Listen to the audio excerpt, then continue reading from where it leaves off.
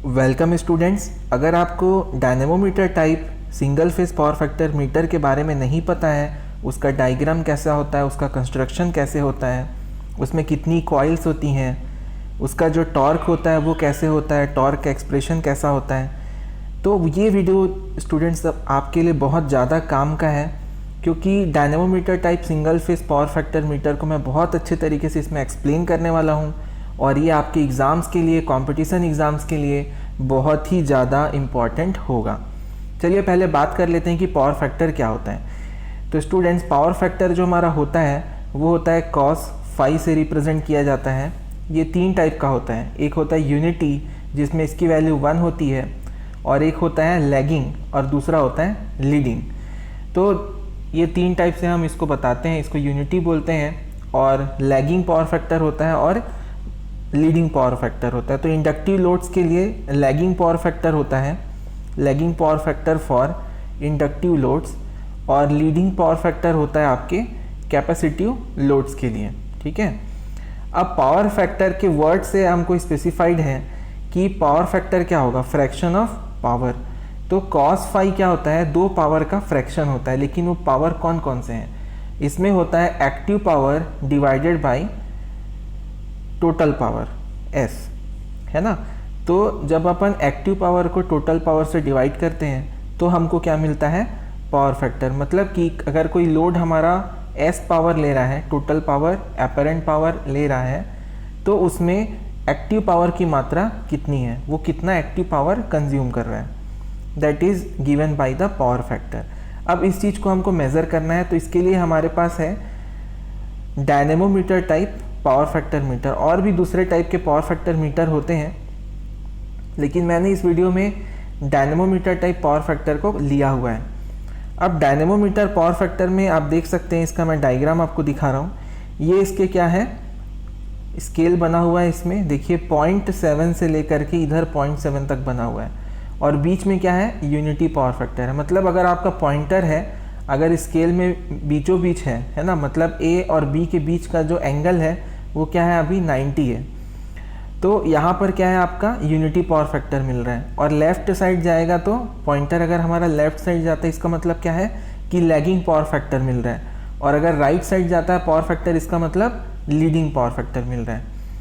अब इसके कंस्ट्रक्शन को देख लेते हैं, ठीक है, कि इसमें क्या क्या है। इसमें दो फील्ड कॉइल्स होते हैं, फिक्स्ड कॉइल या फील्ड कॉइल कह सकते हैं, है ना। मतलब एक ही कॉइल होता है, वो दो पार्ट में डिवाइडेड होता है इस तरीके से। और एक मूविंग कॉइल होता है, वो भी दो पार्ट में डिवाइड होता है, जैसे कि कॉइल A और कॉइल B।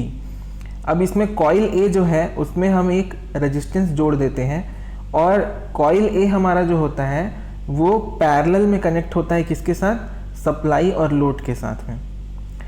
और ये जो हमारा कॉइल A है, ठीक है, इसमें रेजिस्टेंस को जोड़ दिया गया है, मतलब इसको क्या बनाया गया है, नॉन इंडक्टिव बनाया गया है। इसमें इंडक्टेंस बहुत ही कम, नेग्लिजिबल होता है, और जो रेजिस्टेंस होता है उसकी वैल्यू बहुत ज़्यादा होती है, जिसकी वजह से हमारा कॉइल A क्या हो जाता है, नॉन इंडक्टिव जैसा बिहेव करता है। नॉन इंडक्टिव होने का मतलब है कि प्योरली रेजिस्टिव जैसा, जिसमें कि वोल्टेज और करंट के बीच जो रिलेशनशिप होता है, जो डिस्प्लेसमेंट होता है, वो जीरो होता है ना। मतलब करंट हमारा कॉइल A में जो फ्लो हो रहा है वो इन फेज होगा सप्लाई वोल्टेज के साथ, ठीक है, या लोड वोल्टेज के साथ। अब कॉइल B की बारी है। कॉइल B को देखते हैं। कॉइल B में हमने क्या कनेक्ट किया हुआ है, देखिए एक इंडक्टेंस कनेक्ट किया हुआ है। इसका मतलब ये है कि कॉइल B को हमने क्या बनाया है, इंडक्टिव बना दिया है। कॉइल B को क्या बना दिया है, इंडक्टिव। तो इसमें जो करंट फ्लो होगा that lakhs current IB lakhs V supply voltage V by 90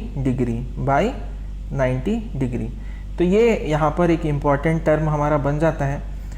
तो इस तरीके से कंस्ट्रक्शन होता है। आप देख सकते हैं मूविंग कॉइल को हमने सप्लाई के साथ पैरेलल में कनेक्ट किया हुआ है, ठीक है, इन दो पॉइंट्स पर देख सकते हैं आप, पैरेलल में कनेक्ट है सप्लाई के साथ में, सप्लाई वोल्टेज V के साथ में।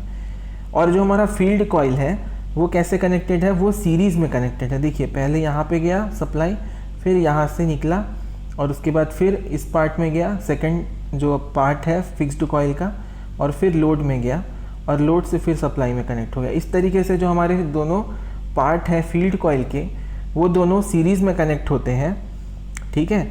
और जो हमारा सप्लाई, जो मूविंग कॉइल है वो सप्लाई वोल्टेज के साथ पैरेलल में कनेक्ट होता है, ठीक।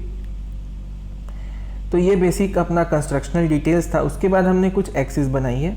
ये एक्सिस जो है आपकी फील्ड कॉइल की एक्सिस है। मान लीजिए ये फील्ड कॉइल्स हैं और इन फील्ड कॉइल्स के बीच में क्या बन रहा है, इनका मैग्नेटिक फील्ड बन रहा है, और उस मैग्नेटिक फील्ड का जो एक्सिस है उसको एक्स से दिया जा रहा है, इस तरीके से है। और जब अपन करंट या लोड कनेक्ट करेंगे तो हमारा डिफ्लेक्शन मिलेगा, तो वो डिफ्लेक्शन हमने थीटा बताया हुआ है। मतलब यूनिटी पावर फैक्टर से जो डिफ्लेक्शन आ रहा है वो थीटा यहाँ पर बताया गया है। क्लियर है? तो अब मैं आपको थोड़ा सा इसका डिटेल्ड बताता हूँ कि किस तरह से ये होता है। तो देखिए, सबसे पहले इट कंसिस्ट, आप भी पढ़ते जाइए और नोट बनाते जाइए। It consist of fixed coil F, जिसको स्प्लिट किया गया है 2 पार्ट्स में, which carries the current of the circuit under test. जिस सर्किट का या जिस लोड का हमको क्या करना है, टेस्ट करना है उसके पावर फैक्टर का, तो उसमें जो करंट फ्लो होगा वही करंट इस फिक्स्ड कॉइल में फ्लो होता है। So the magnetic field produced by this coil, अब क्या होगा, उस कॉइल में अगर करंट फ्लो होगा तो मैग्नेटिक फील्ड भी प्रोड्यूस होगा। तो जो मैग्नेटिक फील्ड प्रोड्यूस होगा इस कॉइल से will be proportional to the main current. वो क्या होगा, मेन करंट के प्रोपोर्शनल होगा। जो लोड में करंट फ्लो हो रहा है वो करंट है ना, वही करंट फील्ड कॉइल से होकर फ्लो होगा। तो जब वो फील्ड कॉइल से होकर फ्लो होगा तो फील्ड कॉइल में जब करंट फ्लो होगा तो क्या होगा, मैग्नेटिक फील्ड सेटअप होगा। तो जो मैग्नेटिक फील्ड वहाँ पे सेटअप होगा that is proportional to the load current, ठीक है, या मेन करंट कह सकते हैं। बस इतना समझाना था मुझे यहाँ पे। तो ये जो फील्ड कॉइल है हमारी एफ, अब इनके द्वारा जो मैग्नेटिक फील्ड यहाँ पे सेटअप होगा इस तरीके से, तो ये जो मैग्नेटिक फील्ड होगा ये किसके प्रोपोर्शनल होगा, ये प्रोपोर्शनल होगा हमारे करंट आई के, या हम यूँ कहें ये जो आई करंट किस में फ्लो हो रहा है, लोड सर्किट में। देखिए यहाँ पे ये आई करंट लोड के साथ फ्लो हो रहा है और सीरीज़ में कनेक्ट है हमारे दोनों फील्ड कॉइल। तो इस तरीके से हमको समझ में आता है कि जो हमारा फील्ड कॉइल है वहाँ पे जो करंट फ्लो होगा वो वही करंट होगा जो लोड के थ्रू फ्लो होगा, ठीक है। इसके बाद द आइडेंटिकल प्रेशर कॉइल्स, ठीक है, the identical pressure coils, coil A and B pivoted on the same spindle, एक साथ क्या किए गए हैं, पाइवोट किए गए हैं। देख लीजिए यहाँ पे एक साथ क्या किया गया है, इनको पाइवोट किया गया है एक ही शाफ्ट में, एक ही स्पिंडल में, जहाँ पे ये घूम सकते हैं, मतलब रोटेट हो सकते हैं, ठीक है। इसके आगे पढ़ते हैं। A and B pivoted on a spindle constitutes the moving system, जिसमें कि हमारा पॉइंटर लगा हुआ है जो कि मूविंग सिस्टम है हमारा। Pressure coil A has a non inductive resistance R, जो हमारा प्रेशर कॉइल है उसमें क्या है, नॉन इंडक्टिव रेजिस्टेंस R है, which is connected in series with it, जो कि उसके साथ सीरीज में कनेक्टेड है। तो ये देखिए मैं पहले बता चुका हूँ आपको।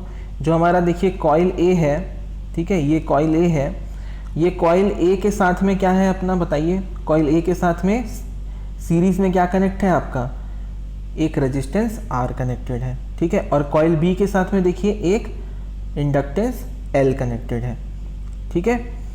तो इसी को यहाँ पे एक्सप्लेन किया हुआ है। Pressure coil A has a non inductive resistance R which is connected in series with it, and coil B has a highly inductive choke coil. Highly inductive choke coil बोल रहा है क्योंकि ना L is connected in series with it, वहाँ पे एक L मतलब inductance connected है। 2 coils are connected across voltage circuit, मतलब कि दोनों क्या है, पैरेलल में कनेक्ट किए गए हैं दोनों कॉइल वोल्टेज के साथ, सप्लाई वोल्टेज के साथ। इसलिए क्या होगा, दोनों का जो वोल्टेज होगा वो सेम होगा। समझ में आई बात, दोनों में जो वोल्टेज होगा VA और VB दोनों क्या होगा आपका बराबर होगा, और किसके बराबर होगा, आपके सप्लाई वोल्टेज के बराबर, ठीक है। ये बात समझ में आई कि सप्लाई वोल्टेज के बराबर ये होगा। अब क्या है, the value of R and L are so adjusted, इस तरीके से इन दोनों की वैल्यू को सेट किया जाता है, एडजस्ट किया जाता है, that the two coils carry the same value of current eight normal frequency, ताकि दोनों जो अपने कॉइल्स है उसमें जो करंट फ्लो होगा IA और IB वो दोनों सेम हो। तो उसके लिए देखिए क्या करना पड़ेगा हमको, ये जो कंडीशन है वो कैसे आई, ये वाली कंडीशन वो मैं बताता हूँ। देखिए जो IA है वो क्या है, कॉइल A का करंट है, तो कॉइल A का करंट क्या होगा, V supply voltage divided by RA, या फिर R लिख देता हूँ मैं सिर्फ। और जो IB है, ठीक है, तो IB क्या होगा आपका, V supply voltage divide by XL होगा।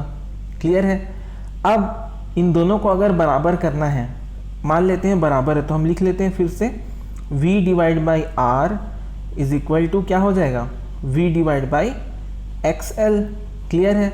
अब V और V क्या है आपके, सेम है, तो ये दोनों करंट कब बराबर होंगे, वो कंडीशन हमारा निकल गया। कब, जब XL इज इक्वल टू क्या होगा, R, और XL क्या है आपका, ओमेगा L है, और ओमेगा कैसे आएगा, 2πf से आएगा।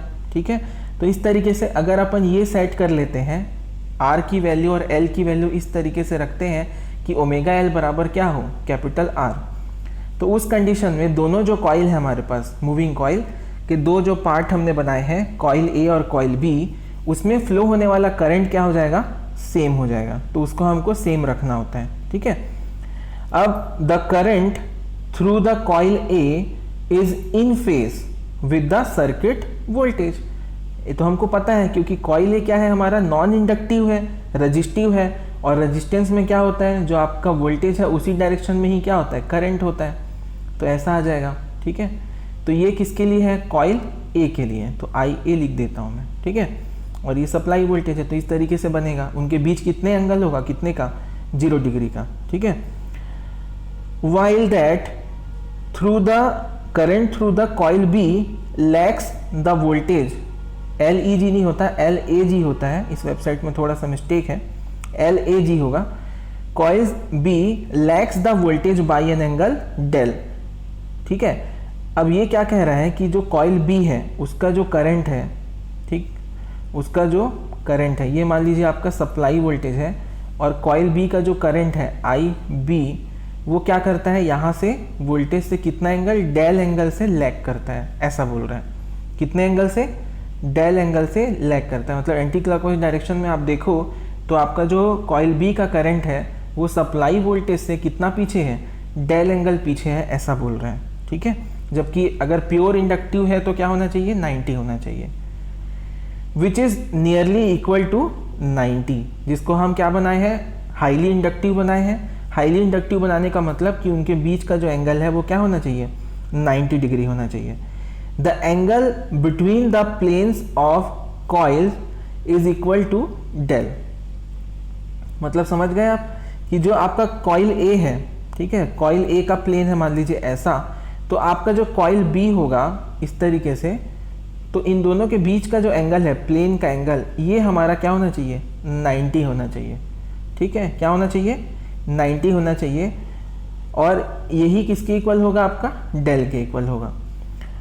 कनेक्शंस टू मूविंग कॉइल्स, जो कॉइल A और कॉइल B का जो कनेक्शंस बना रहे हैं हम लोग मेन सर्किट के साथ, वो किसके थ्रू बनाना चाहिए, मेड थ्रू थिन सिल्वर, पतली चांदी के लिगामेंट्स या फिर सोने के लिगामेंट्स से बनाना चाहिए, पतले वायर से जो कि सिल्वर का हो या गोल्ड का हो। विच आर एक्सट्रीमली फ्लेक्सिबल, जो कि क्या होते हैं, एक्सट्रीमली फ्लेक्सिबल होते हैं। And this gives a minimum control effect, जो कि कंट्रोल इफेक्ट क्या दे, मिनिमम दे।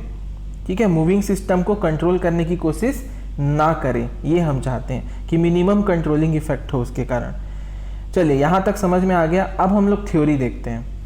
हम ये मानते हैं कि ठीक है, कि जो करंट कॉइल B से फ्लो हो रहा है वो कितने एंगल से, 90 डिग्री के एंगल से लैग कर रहा है, मतलब प्योरली इंडक्टिव मान रहे हैं।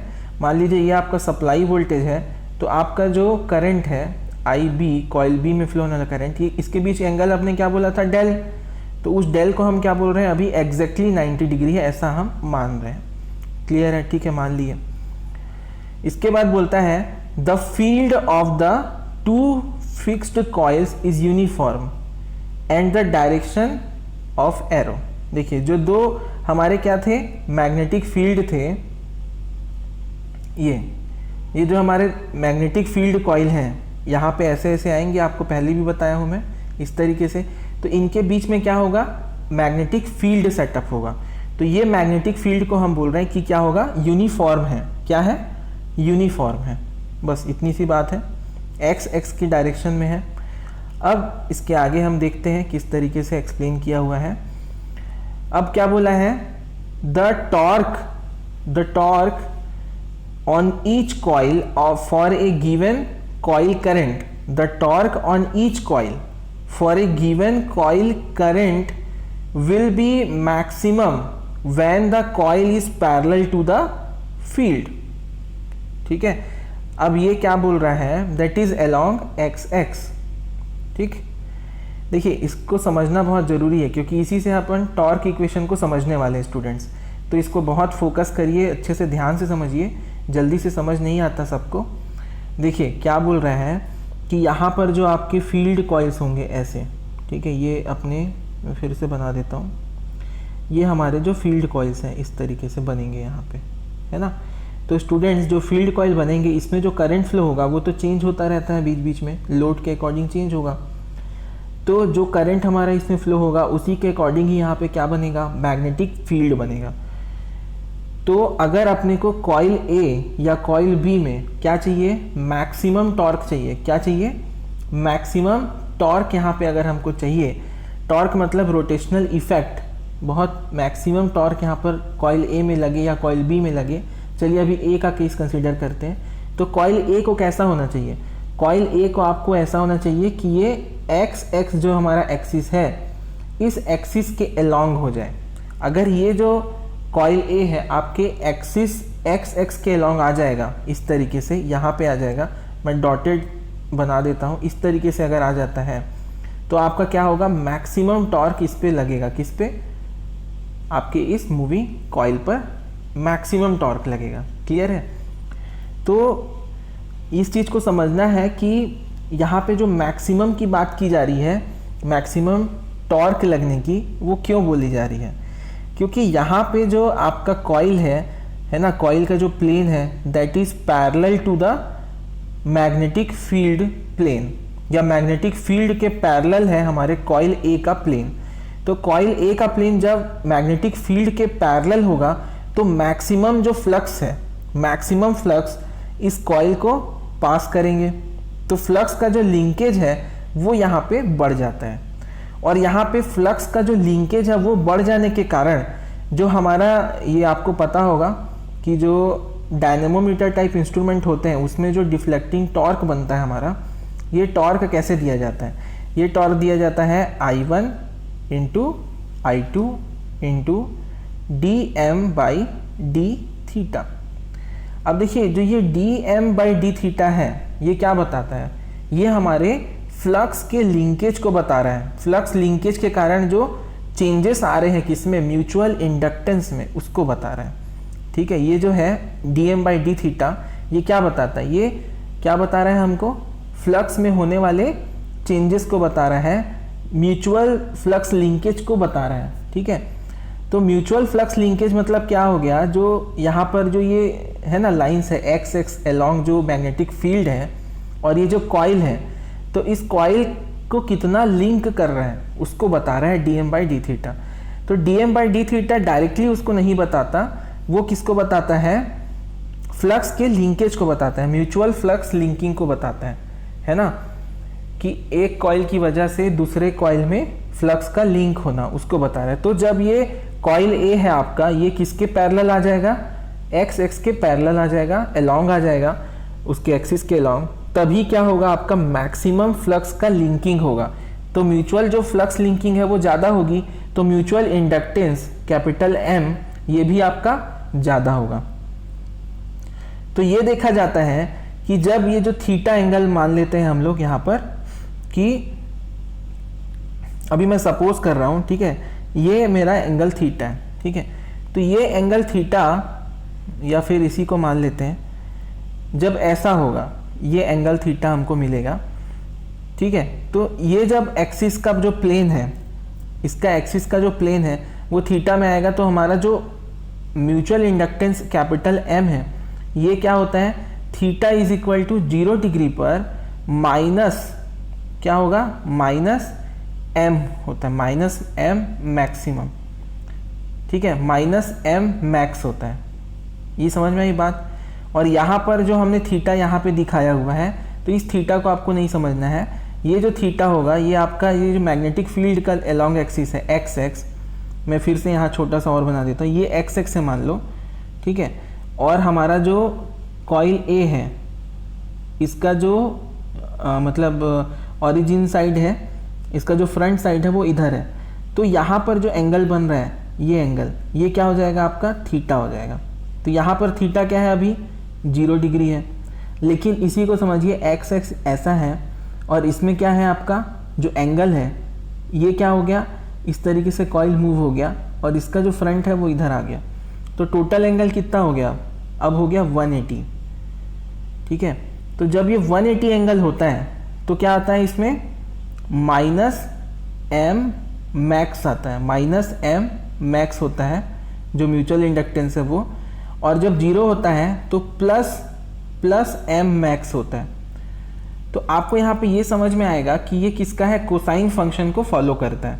तो कोसाइन फंक्शन को फॉलो करने के कारण जो हमारा डी एम, सॉरी पहले मैं एम बता देता हूँ, एम का जो फॉर्मूला हो जाता है वो होता है एम मैक्स कॉस थीटा। क्या हो जाता है, एम मैक्स कॉस थीटा। और जब इसका अपन डिफ्रेंशिएशन करते हैं D M by D theta से, तो हमारा आ जाता है, सॉरी ये वाला होगा minus M max cos theta होता है ये एक्चुअल में, आप वो रिलेशन देखोगे तो। अब D M by D theta करोगे तो आपके पास आ जाएगा plus M max into sine theta, क्योंकि कॉस थीटा से डिफ्रेंशिएट करोगे तो माइनस साइन थीटा आएगा, माइनस माइनस प्लस हो गया। तो एम मैक्स साइन थीटा जो होता है आपका ये होता है D M by D theta. तो हमारा जो टॉर्क का एक्सप्रेशन है टी डी, ये होता है I1 I2 into D M by D theta, इस तरीके से होता है। तो ये जो D M by D theta हम लिखते हैं टॉर्क के एक्सप्रेशन में, इसकी जगह क्या आ जाएगा, M max into sine theta, वो लिखेंगे। क्लियर आई, समझ में आई बात क्या हुआ यहाँ पे। लेकिन हमने कहाँ से लिया था थीटा, यहाँ से लेके समझा था एक्स एक्स से। लेकिन यहाँ पर देखिए ऑलरेडी हमारा जो थीटा है वो कैसा है, यहाँ पहुँच गया है, मतलब 90 डिग्री आगे है। तो अगर आप साइन जो थीटा आ रहा है उसके एक्सप्रेशन में, तो साइन थीटा की जगह आप क्या ले लो, साइन 90 प्लस थीटा ले लो। तो जब आप ऐसा लोगे एक्सप्रेशन, तो आपका जो वैल्यू आएगा वो आएगा कॉस थीटा के फॉर्म में। ये आपका वैल्यू कैसा आ जाएगा, कॉस थीटा के फॉर्म में आ जाएगा। ये बात समझ में आई। इसलिए जो हम लोग अभी लिख रहे हैं एक्सप्रेशन उसमें कॉस थीटा है। अभी देखिएगा, आप टॉर्क का एक्सप्रेशन दिखाता हूँ मैं आपको। ये देखिए आपको जो टॉर्क का एक्सप्रेशन दिखाया है इसमें क्या है, के वी आई, ये के वी आई को मैं भी समझाऊंगा। और कॉस फाई तो पावर फैक्टर के लिए हो गया। और ये जो दिखा रहा है आपका कॉस 90 माइनस थीटा, क्या दिखा रहा है आपको, कॉस 90 माइनस थीटा। तो कब दिखा रहा है, ये मैक्सिमम टॉर्क की कंडीशन में बता रहा है। और हमारा जो मैक्सिमम टॉर्क का जो कंडीशन है ना, उसमें क्या है बताइए, मैक्सिमम टॉर्क के कंडीशन में, मैक्सिमम टॉर्क के कंडीशन में जो यहाँ पे एंगल बन रहा है कब आएगा, जब ये कॉइल है, कॉइल ए जो है ये वाला, ये आपके किसके अलॉन्ग आ जाए, एक्स एक्सिस के अलॉन्ग। तो इसके बीच का जो एंगल है वो कितना है, देखिए 90 माइनस थीटा। इसलिए वहाँ पे क्या लिखा गया है, 90 माइनस थीटा लिखा गया है। तो इस तरीके से आपको थोड़ा बहुत डाउट हो सकता है अभी जो मैंने एक्सप्लेन किया उसमें, बट इस जो डायनामोमीटर को समझने के लिए टॉर्क एक्सप्रेशन था, मैंने काफ़ी हद तक आपको कुछ कुछ क्लियर करने की कोशिश की। तो ये जो टॉर्क होता है कॉइल ए का, ये क्या हो गया, K V I cos phi cos 90 minus theta. अब ये कैसे आया वो मैं बताता हूँ आपको। देखिए जो आपका जो कॉइल ए है, ठीक है, उसका जो टॉर्क है वो किस पर डिपेंड करेगा, पहला जो करंट है आपका I1 और दूसरा करंट है आपका I2, ठीक है। अब देखिए इसमें जो मैग्नेटिक फील्ड है वो किस पर डिपेंड कर रहा है, आपका जो मैग्नेटिक फील्ड है वो है ना, वो किस पर डिपेंड कर रहा है, आपके करंट पर। जो फिक्स्ड कॉइल का मैग्नेटिक फील्ड है वो करंट पर, और जो आपका एक और साथ में कॉइल बी है वो भी इंटरेक्ट करेगा, उसका भी मैग्नेटिक फील्ड आपके कॉइल ए से इंटरेक्ट करेगा। तो वो किससे रिलेटेड है बताइए, किसके ऊपर प्रोपोर्शनल है, किसके साथ? वो है सप्लाई वोल्टेज के साथ में प्रोपोर्शनल, V के साथ। इसीलिए यहाँ पर I1 I2 की जगह हमने क्या लिखा है, VI लिखा हुआ, और K फॉर कांस्टेंट है वो। फिर पावर फैक्टर के लिए हमने क्या लिखा है, cos phi लिखा हुआ है, ठीक है। और cos phi क्यों लिखा है यहाँ पर, क्योंकि हमारा जो अभी लिख रहे हैं टॉर्क, ये किसके लिए है, कॉइल ए के लिए, और कॉइल ए हमारा क्या है, प्योरली रेजिस्टिव माने हैं या फिर नॉन इंडक्टिव माने हैं। अब जो कॉस का जो एंगल यहाँ पर दिख रहा है 90 माइनस थीटा, ये ऐसा क्यों लिखा हुआ है यहाँ पे, क्योंकि हमारा जो एंगल है वो क्या है, 90 माइनस थीटा है, और मैक्सिमम टॉर्क के लिए कॉस कोसाइन का फॉर्म होता है। तो इस तरीके से हमारा कॉइल ए का एक्सप्रेशन है, वैसे ही कॉइल बी का एक्सप्रेशन है, ये दिया हुआ है, ये कॉइल बी का एक्सप्रेशन है। तो इसमें भी वी और आई का तो सेम एक्सप्लेनेशन है। साइन फाई जो है आपका वो कैसे हो गया, कॉस 90 माइनस फाई हो गया, क्योंकि इंडक्टिव लोड के लिए जो आपका ये आ रहा था पावर फैक्टर एंगल आ रहा था, वो क्या हो रहा था आपका 90 डिग्री लैग कर रहा था। जो करंट है आपका वो क्या कर रहे हैं, 90 डिग्री लैग कर रहा है, तो ये 90 डिग्री इसमें ऐड हो गया। तो जब 90 माइनस फाई किए तो ये क्या बन गया आपका, साइन फाई, इसलिए यहाँ पर आ गया आपका साइन फाई। और ये जो कॉस थीटा है, ठीक है, तो यहाँ पर क्या था, कॉस 90 माइनस थीटा, तो अब ये जो करंट का एक्सिस है वो कहाँ चला गया आपका, और 90 डिग्री शिफ्ट हो गया। तो अब इसको जब आप माइनस करोगे कॉस के अंदर, कॉस 90 माइनस थीटा में क्या होगा, 90 degree minus 90 degree minus theta, ऐसा करोगे तो आप जब सॉल्व करोगे तो आपको आ जाएगा यहाँ पे प्लस थीटा। तो नीचे देखेंगे तो यहाँ पर है आपका कॉस थीटा, मतलब कॉस प्लस थीटा दिया हुआ है। अब हमारा जो पॉइंटर है वो स्टॉप कब होगा, जो हमारा पॉइंटर है ये कब स्टॉप होगा, कब, जब हमारा कॉइल ए का जो टॉर्क है वो किसके बराबर हो जाए, कॉइल बी के बराबर हो जाए। तो इसलिए हमने यहाँ पर ऐसा लिखा हुआ है, कॉइल ए के टॉर्क का एक्सप्रेशन, कॉइल बी के टॉर्क का एक्सप्रेशन। तो इस तरीके से ये दिया हुआ है। अब यहाँ पर बीच में बराबर नहीं लगाया इन्होंने, तो मैं बराबर लगा देता हूँ, ठीक है। तो के वी आई दोनों साइड से क्या हो जाएगा, कैंसिल हो जाएगा, ये बात समझ में आ गई।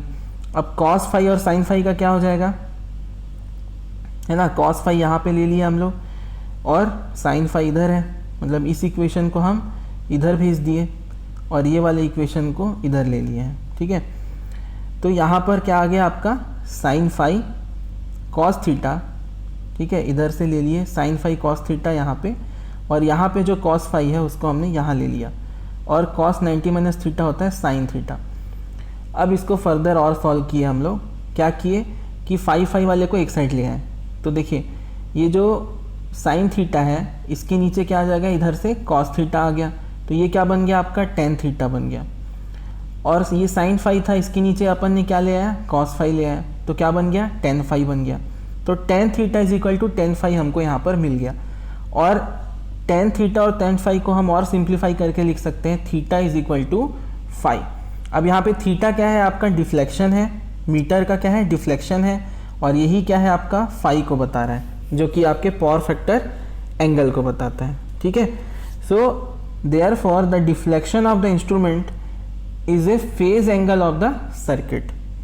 Deflection of the instrument is A phase angle of the circuit. तो यहाँ तक आपका जो टॉर्क था, जो थ्योरी थी dynamometer type single phase power factor metre की, वो यहाँ तक कंप्लीट होती है। आपके जो भी कमेंट्स हो, आप डाउट जो होंगे आपके, वो आप हमारे फेसबुक ग्रुप पर पूछ सकते हैं, और साथ में टेलीग्राम पर भी पूछ सकते हैं, और कमेंट बॉक्स पर भी लिख सकते हैं। वीडियो अच्छा लगा स्टूडेंट्स तो लाइक करिए और शेयर ज़रूर करिए अपने साथ में पढ़ने वाले दोस्तों के साथ, इलेक्ट्रिकल के स्टूडेंट्स के साथ, और साथ में वीडियो के बारे में जो भी आपका फीडबैक है वो ज़रूर कमेंट करें। और अगर आपने सब्सक्राइब नहीं किया है चैनल को तो सब्सक्राइब कर लीजिए। धन्यवाद।